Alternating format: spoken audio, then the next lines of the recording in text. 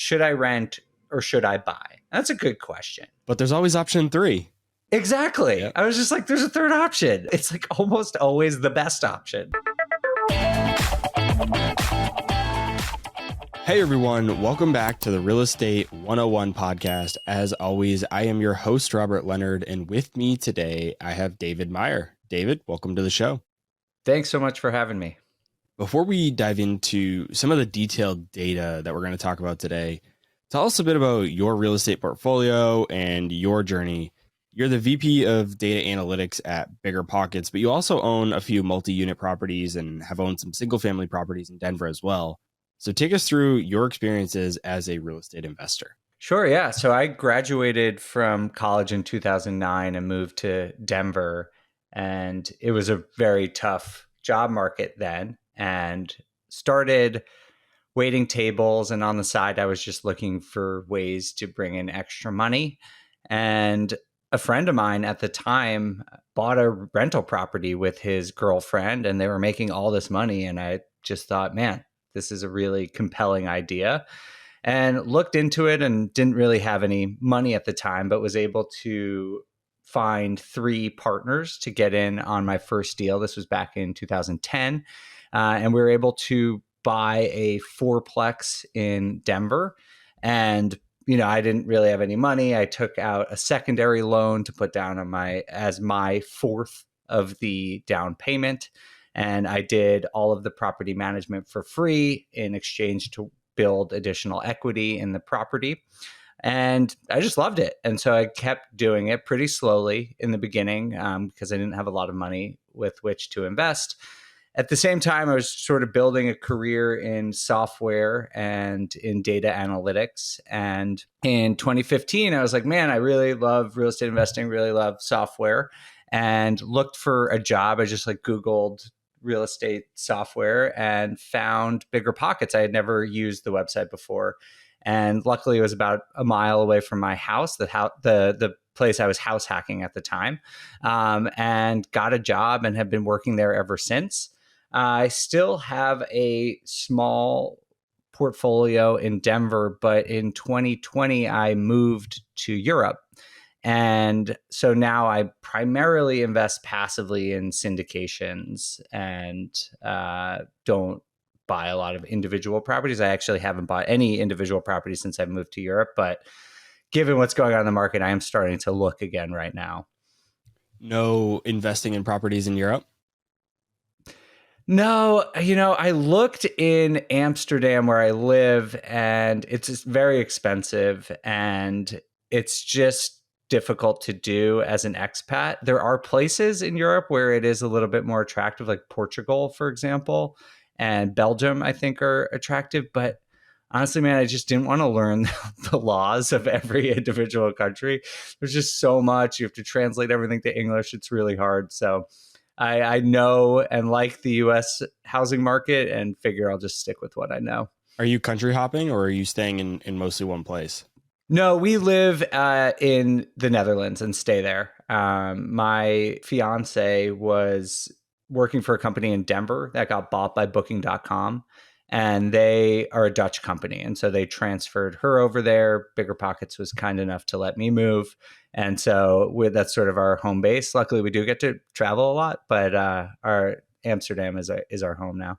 So that first property you bought in Denver, back 2010, if you think about what that's worth today, it's probably gone up significantly in value. I mean, even just properties in the last couple of years in Denver have gone up a lot. So I'm curious, you don't still own that property to this day. You didn't hold it for that long, did you?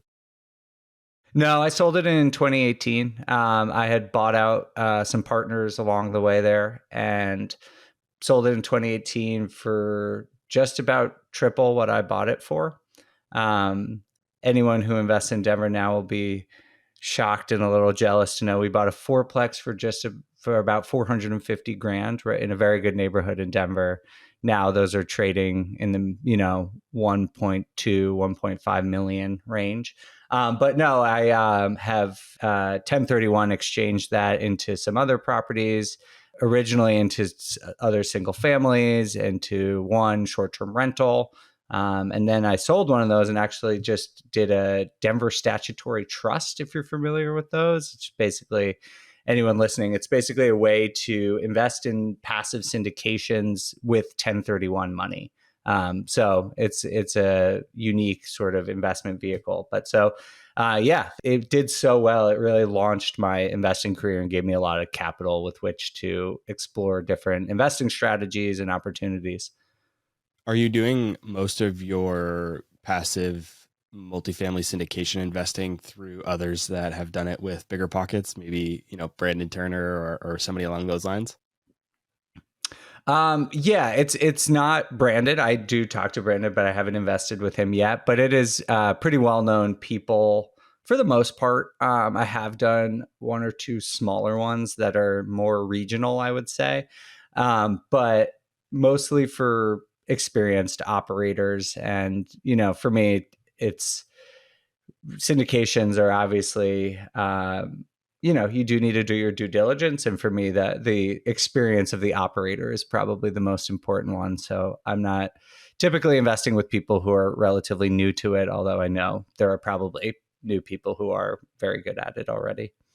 Pretty recently, back in the middle of July, you published an article on bigger pockets that you titled "The Housing Market Correction Has Begun." Coming from someone who studies data as much as you, which I'm excited to have that conversation, because a lot of people will go on podcasts, social media, and they'll kind of spew their predictions and what they think is going to happen, but they don't necessarily, like, if you drill into it, they don't really have any data or reason other than just like a gut feeling. So somebody who actually studies the data behind what's going on, I'm interested to chat about that.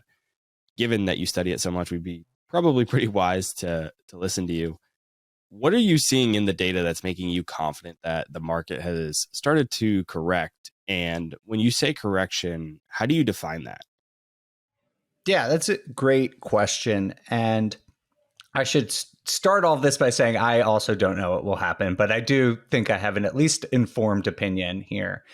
And I believe that when you look over the last 15 years, basically since the Great Recession, there was a lot of factors and economic variables that were contributing to rapid price appreciation in the United States. And of course, over the last 2 years, we've seen it really just sort of turbocharge, but it was going up at a pretty good clip even before then. And that's because money has been relatively cheap.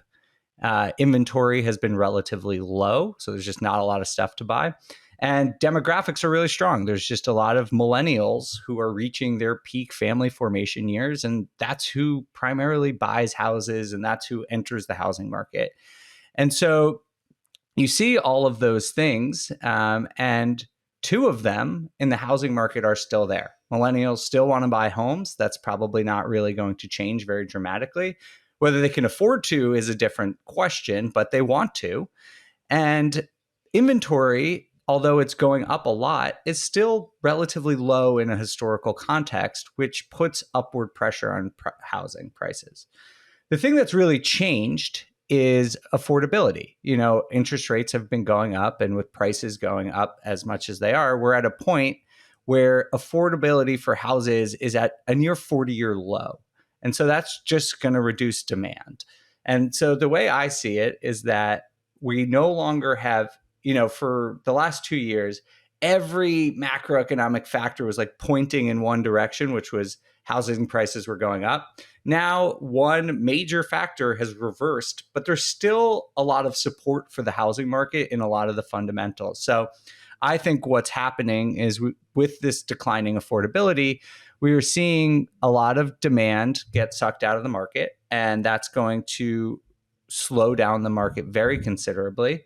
But there's really, in my mind, not much of a risk that we are going to see the market, at least on a national scale, decline more than, let's say, 10%. And that's a rough estimate. So I think when you say what's a crash, what's a bubble, I think the best example is in the stock market. They say if it goes down 20% off their peak, that's a bear market. I don't think there's any risk of that happening in the housing market. I shouldn't say any risk, but there's a very, very low risk of that happening in the housing market.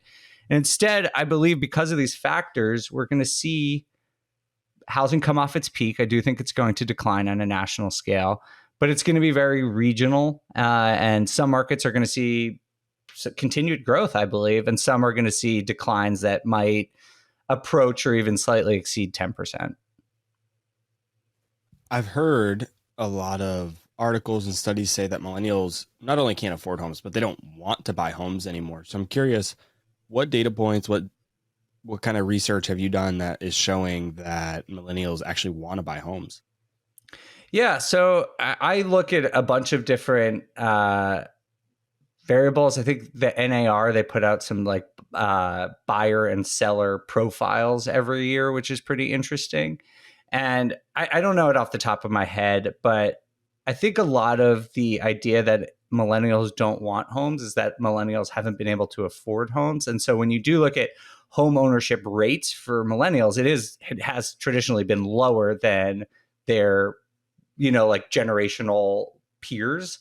So if you looked at like Gen X or baby boomers at this point in their life, they would own more. But I don't know, and I haven't seen really anything that says it's like millennials like, I don't want to buy a home. It's that a lot of us, I don't know how old you are, Robert, but for my peers who graduated college in the late 2000s ish, it was a really terrible job market, and it was a tough time to start saving money. And I think a lot of millennials generationally were behind financially, and that explains more of the lag in homeownership. But we're seeing now, in terms of family formation data, it's really catching up, and people want, like when they start a family, they want to buy a home. And so the demand has been really led by millennials for the last couple of years. If you look at most of the data sets that track this kind of stuff. When you're doing your data analysis, why don't you put much weight on price drops? Great question. I think it's important. It's a major indicator, but I think ultimately at the end of the day, it's really about what home prices sell for, not what the seller is asking for. And a price drop is really a reflection of whether or not the seller is in tune with the market. And at a time when the market is in transition, like it is right now, sellers are going to be optimistic and think, oh man, 3 months ago I could have gotten this and maybe someone will buy it. And so they'll put it at that number. But the market has turned, and people aren't just going to pay anything that you put on anything you listed for at this point.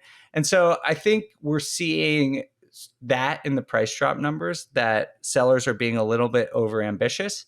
And that does reflect that the market is cooling. But at the end of the day, to me, what really matters is that housing prices year over year are still up. And that shows that there's not like a crash happening right now, despite there being some lead indicators that show that the market is softening. Yeah, this made so much sense when I read this or heard you say this. It made so much sense to me because for me, when I was actually just sold one of my rental properties, and my agent said, if you want to sell it really, really fast, sell it at 100. If you want to sell it for fully what I think it's worth, sell it for like 110. But if you really want to push it, I think we might be able to get 120. So in this case, we were like, okay, let's just list it for 120, see if we get anything. And if we don't, we'll just drop it down to what it's probably really worth at 110. And we listed it at 120, and we got an offer and it sold. But if we hadn't, we would have just dropped it to 110. And I don't, like you said, that wouldn't have been an indication of really what the market is doing or saying. Like, it's not that the market's declining, it's just that we were aggressive on our pricing, and we just had to drop it to really more in line with what it's really worth. Totally. Yeah. And I think people got used to, I talked to on my podcast a lot of people who flip a lot of houses, for example. They've just gotten used to being able to just throw any number up there, and people have been willing to pay for it for the last couple of years. And it seems like that is changing. I don't flip houses. This is just from what I hear from my friends. That they can't just throw up any number, but they're still hitting their margins that they would expect in a normal year. It's not like they're selling at a loss all of a sudden. The margins are still good. The profit is still out there. It's just not the carnival it's been for them for the last 2 years anymore. Talk to us a bit about how inventory shortages could get even worse as interest rates rise and homeowners feel locked into their current property.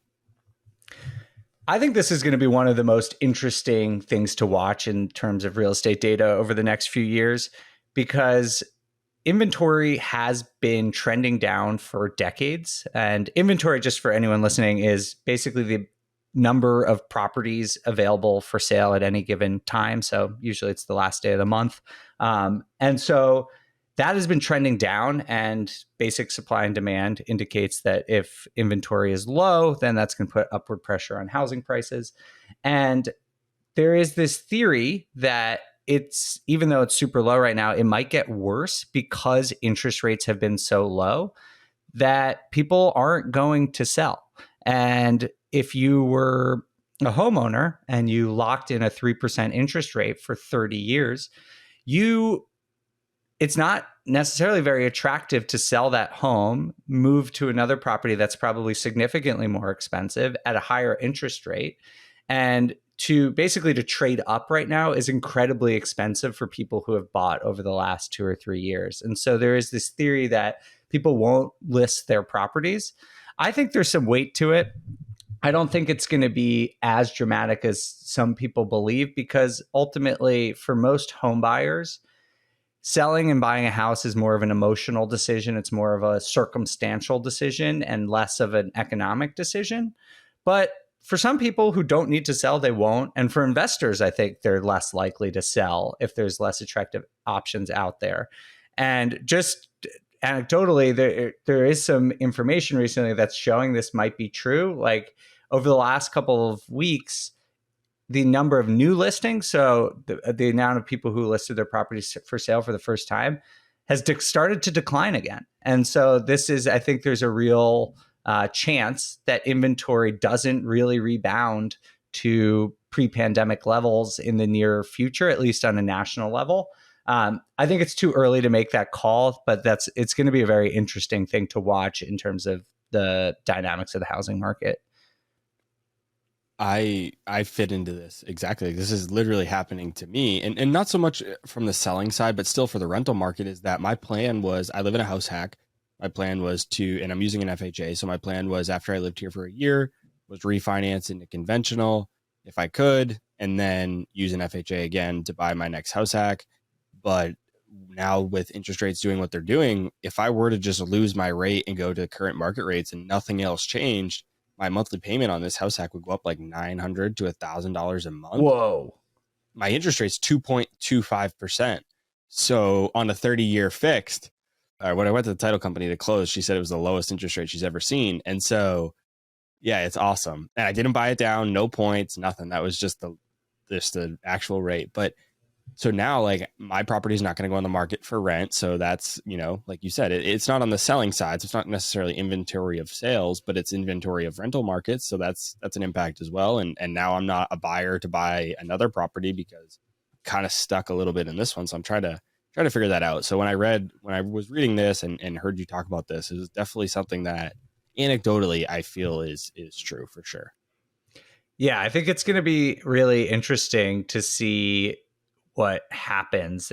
We study a lot of data, but so much of it is psychological, to see people, even if it's not a rational decision, they see that interest rate and they don't want to pay more. And sometimes it is a rational decision. Sometimes it's more emotional, but it'll be that this is one of the most important things. I actually was just writing another article that, like, really, to me, inventory levels are like the X factor in the housing market over the next few years. Like, we know sort of what's happening with a lot of the other trends, but whether or not inventory gets back to pre-pandemic levels will make a big impact on what happens with housing prices. I recently wrote a book called The Everything Guide to House Hacking, which people can pick up at everythinghousehacking.com. So house hacking is pretty near and dear to my heart personally. I'm house hacking right now. So I want to talk about this article that you wrote that is the 98 best markets for house hacking. When I saw it, I was pretty intrigued. And now I want to test you. What are every single one of those 98 best markets? Well, No, I'm just kidding. Well, yeah. So I should have titled this something different because it was really, I just looked at the 100 biggest markets and measured how good they were at house hacking. And then I put a bad title on it. Well, hey, it gets people to click, right? It's more interesting maybe than 100. So, but before we get into the data that makes what makes for a good house hacking market, give us a quick overview of how you define house hacking. Yeah, so I think house hacking is basically just an owner occupied real estate investment. And you can traditionally do that in two ways. You can either buy a small multifamily, live in one unit and rent out the rest, or you could buy a single family home and rent by the room. So find roommates. And I'll just say, I also love house hacking. I did it for several years. I think it's a no-brainer way to get into real estate investing. And that's honestly why I wrote this article, is that with declining affordability in the housing market, you see a lot of headlines about like, should I rent or should I buy? That's a good question. But there's But always to option me, I three. was reading. Exactly. Yeah. I was just like, there's a third option. And house hacking, it's like almost always the best option. So that's why I wrote this article, because I was kind of like, it's this false dichotomy to say like you could do one or the other. There is like a really good middle ground that is a very safe investment and really really beneficial to almost anyone's financial position. I don't know. Do you know who Ramit Sethi is? Yeah, yeah. So I love a lot of what he says. I hate a lot of what he says. I'm like I don't. He's a perfect example of like you can love some of the things some people do and not for everything. And so he talks a lot on Twitter and social media in general about this like rent versus buy debate. And I almost every time I see it, I comment like there's a third option, house hacking, like every single time. And he hasn't gotten back to me yet, but if he ever does, I hope he sees it at least. What's his position on rent versus buy? His position is that it almost always makes sense to rent for most people. And he's a renter. He says that a lot of his wealthy friends rent. He says he has nothing against buying a house. Like, if you want to buy a house, that's fine. Like, I'm not going to tell you you shouldn't, but just realize that from a financial perspective, it's not an investment. It's not like the best optimal financial choice for most people. It's an emotional one, and it's you need a backyard, you need bedrooms and space and these types of things for your family, and you're doing it from that perspective. You're not doing it from a financial perspective. And I think in many cases he's right, and in some cases he's not. But the point is that for me, and like you said, is that I think he forgets that there's a third option. Definitely. Yeah. And I think that that's generally true. I listened to this other podcast recently, and the guest was saying, I forget his name, that like buying a home is sort of, uh, it's not a bad financial decision. It's just like you said, it's not the optimal financial position. And I think that confuses people too, who want to buy a home and they're like, "Oh, I'm going to lose money." It's like not like you're necessarily losing money. It's like if you took the money and invested it into a different type of asset, you might make more money. But if you want a home and you want to buy one and that's important to you, it's not like you're throwing money away in most cases. Sometimes you are, but in most cases it's not. It's sort of like a forced savings account. It's just not going to make you as much as investing in rental properties or putting it in the stock market or something like that. The problem with the rent buy kind of debate that I see, in the math does a lot of times work out to be the rent in the rent's favor, but like you said, it's dependent on you investing that money in something else. And I think that is a huge flaw in that kind of debate, because if you adjust that number at all of what people take from that they would have put for down payment on buying something and instead investing that and renting instead, I just don't think most people will do that. That's the thing. Like, I think if you adjust that down a little bit, renting doesn't necessarily always become better. So I think you're making, not you specifically, but people that are making that argument for renting are making a big assumption about people's psychology. And I just don't think that that's always true. I totally agree. So on this article, there's a calculator you can actually download for free attached to it that basically lets you see house hack, rent, traditional home purchase. And to do this calculation properly, you need to input a rate of return like you're talking about. It's like, what is the rate of return on that you would generate if you took the money from a down payment, for example, and put it in the stock market? And at first I was like, oh, I'll set the default at like 8 or 9% because that's like the standard S&P index fund number that you hear. And I was like, no way. There's no way that people have the discipline. I don't have that discipline to like put every dollar that I don't invest into the stock market and invest it at optimal returns. And so I put it at like 3 or 4% because that seemed like more realistic. But for some people, that number might be zero. Like if they're not going to take that money and invest it, then that totally changes the math like very dramatically, and probably means that that you should buy a house because it's that forced savings account that will get you to invest at least a little bit.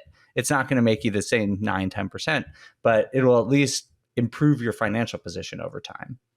Yeah, we are definitely completely aligned in the same boat on that one. Getting back to the markets for house hacking, what data were you looking at to determine if a market was one of the best for house hacking? Are you looking at rental rates versus property values so you can kind of get that price to value or price to rent ratio kind of in line with maybe more affordability? Like what are you looking at there? Yeah, pretty much. So because there's so many variables in house hacking, I sort of had to make a lot of assumptions. And that's why I made the calculator, by the way. So if you want to change my assumptions, you can just go do that.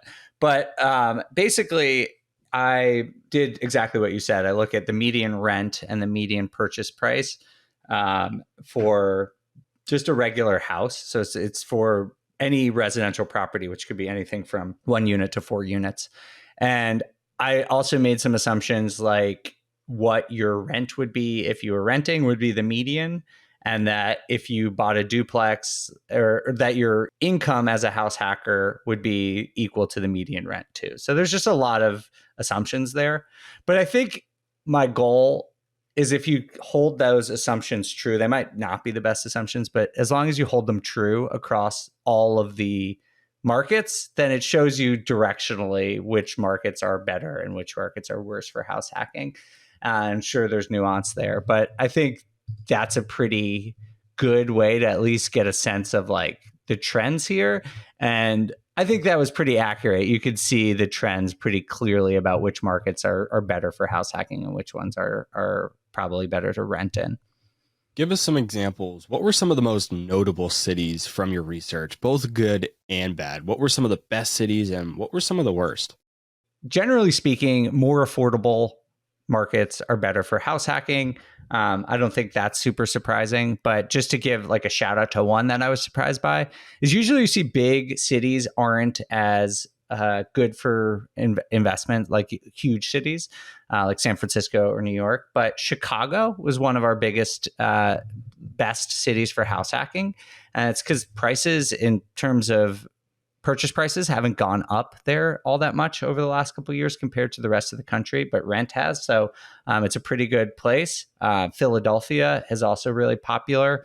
Milwaukee and even Miami was one that I was kind of surprised by, just because I think rent is so high in Miami. And Miami is one of those markets where it's really polarized. There's like ultra luxury, but a lot of Miami-Dade County, there is more affordable areas that still have high rent. So that's a good option. On the other end, like the markets that aren't great are the ones that you've probably heard are in a bubble, like Boise, Reno, Austin, are all some of the ones where it's just that the price of housing has gotten so crazy there. Even with house hacking, it might not make sense because it's just the prices are so out of whack with the rest of the economy in those local markets. Outside of just the house hacking strategy and just thinking about real estate in general, whether it be rental properties, maybe even flipping or multifamily syndications, what is your data showing for the best general real estate markets or the best for long-term rentals? I think it depends. Like personally, I look for markets that have appreciation upside and a decent cash flow. Some people just want pure cash flow. And if you're looking at that, I think it's coming out today or tomorrow, I wrote an article about the best places to find cash flow. But generally speaking, they're on the East Coast. I did the top 10 markets, and not a single one of them was west of the Mississippi, which was kind of interesting. So you see the Midwest, upstate, New York is really popular, and the Sun Belt for cash flowing markets. And then appreciation markets, I think it's really hard to tell that right now. For years, I really was interested in picking those, but things have gotten so crazy in some of these markets, it's really hard to predict. But I still think, generally speaking, Texas, Florida, Tennessee, the Sun Belt, Southeast are going to be really popular. So those are kind of the markets I think are the best. I've invested in Texas recently, in Virginia, in Alabama. I have a friend on my show who's all about Northwest Arkansas. So I think these markets are still affordable. People are moving there. There's strong migration there. So that bodes well for the 5, 10, 20-year timeline. Back in early July, you did an episode on your podcast called Get Rich in the Recession. And there was a subsequent blog article titled What to Invest in During a Recession. So how should investors be preparing for a recession, and how can we benefit from the recession? Yeah, I think people generally are rightfully fearful about a recession, but in typical years in a recession, it is not super impactful on housing. And I'll say that this is probably, I don't know if you'd call this a typical recession, because it's really, GDP is going down because of inflation, not because people aren't spending their money. And so I think that housing prices, like I said, are probably going to go down a bit, but not dramatically. But I don't really see rent going down. And that actually means that cash flow prospects across the country will probably get better. Because as you were saying before, a good way to estimate cash flow is the rent to price ratio. And that means if rent continues, stays strong, and maybe even goes up over the next few years, even in a recession, and housing prices go down, that improves cash flow prospects. So I believe that means that buying opportunities are going to be better over the next couple of months. And it's true that interest rates are higher, but from everything I hear from my friends who are really active in buying single families and multifamilies, like, there's just way better opportunity to negotiate right now with sellers. And I think like that's the best thing for people to keep in mind is like, yes, it's a recession, but and that creates fear, but that creates fear among people who are selling their property too, and they might be willing to negotiate with you, and you might be able to find better properties. That being said, like personally, I don't flip houses, but I would be wary about flipping houses in this type of market, because I think there is a good chance that flipping houses is great if you're in a consistent bull market, and we are not in a consistent bull market. And so I think that there's a lot of market and timing risk with flipping right now. And there's an enormous amount of labor and material risk. Like, it's hard to find products to work with. So I would stay away from that. And I also this is just a personal note, I think the short-term rental market is, I don't want to say it's going to crash. I don't think that's what's going to happen. I think it's really interesting time for the short-term rental market, because when a recession comes, people travel less. And we've seen just this massive influx of short-term rentals over the last couple of years. And so we're seeing conditions where there is continually increasing supply and potentially decreasing demand. And so I think there is probably going to be a drawback in prices that is stronger in like vacation rental hotspots. And so personally, I think you can look at it two ways. You could either say you're going to stay away from that, or like for me, I own a short-term rental. I'm interested in buying more. Like I think those markets might have a discount in the next couple of months, and might present a good opportunity. So that's sort of how I'm looking at the next couple of months, at least. Yeah, I think the short-term rental debate is really interesting. I hear people come on the podcast and they say, they're short-term rental investors. Obviously, they're a little bit biased, but they don't think that there's any concern for short-term rentals. And then others don't necessarily feel the same way, maybe such as yourself. I don't necessarily kind of see it that way. I'm not personally a huge fan of the short-term rental investing strategy as a whole. I just don't personally like staying in Airbnbs all that much myself. So it just doesn't make a lot of sense for me to invest in it if I don't really love it myself. So I'm really interested to see. There's a lot of money that's going into Airbnb and short-term rentals, which I think is interesting. There's funds that are multi-hundred millions, if not billions of dollars that are going into the short-term rental space. So that's really interesting. Like you said, it's going to be a really interesting time for short-term rentals. And I'm excited to watch it play out, especially with no dog in the fight, really. Yeah. I have one, and I honestly bought it mostly so that I could use it sometimes. And I was just like, oh, if it cash flows, great. As long as I break even, I'll be pretty happy. And it's actually worked out great at cash flows and has appreciated a lot. But I think there's two risks. I'll just say, like, one is there's a lot of competition, and I think if you're going to be in the short-term rental game, you need to go to the higher end. Like, if your property doesn't stand out and is not like sort of a fantastic place to stay, you're going to be in trouble because there's a lot of just garbage coming on, and like there's just going to be oversaturation.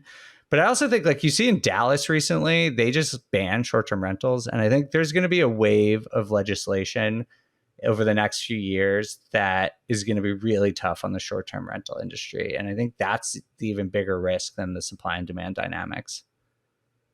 I mean, we saw it in Atlanta. I don't remember all these exact specifics, but it was something along the lines of like you'd only own one of them or maybe two of them in the area, and they just came down hard on it. And then I know a good friend of mine lives in Virginia Beach. He had some in Virginia Beach. They had some issues there, and then somewhere I have some family down in North Carolina, South Carolina area. They had some issues there as well. So, and then I heard some stuff going on in Joshua Tree as well. So some people that got hurt there as well. So yeah, I mean the legislation piece outside of just the economics is an issue as well for sure.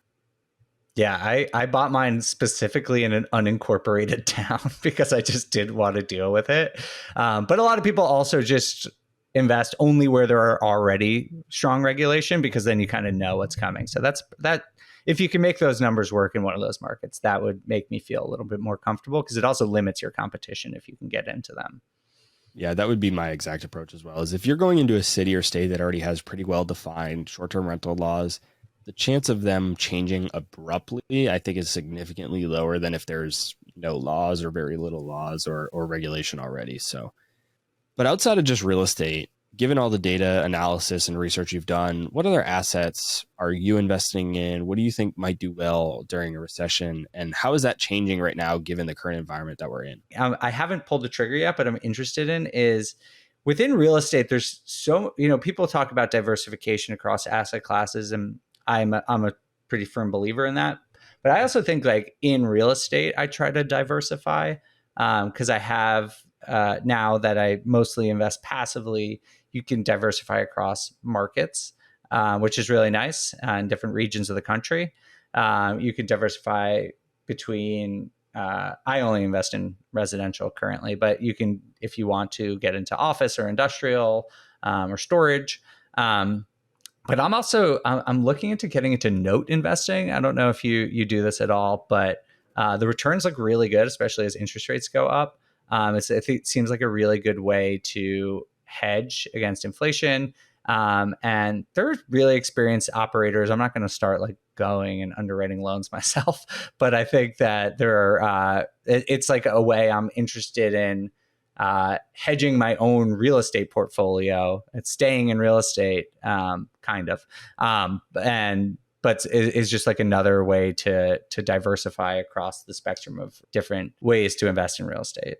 I don't personally do any note investing, not because it's bad or good or anything like that. It's just not something I've gotten into yet. But we did have the author from Bigger Pockets who wrote the book on note investing on the show. It was a while ago now, but if anybody's interested in learning a little bit more about note investing, you could check out that episode. Yeah, Dave Van Horn. Dave Van Horn, yeah. Super knowledgeable guy. He knows a lot.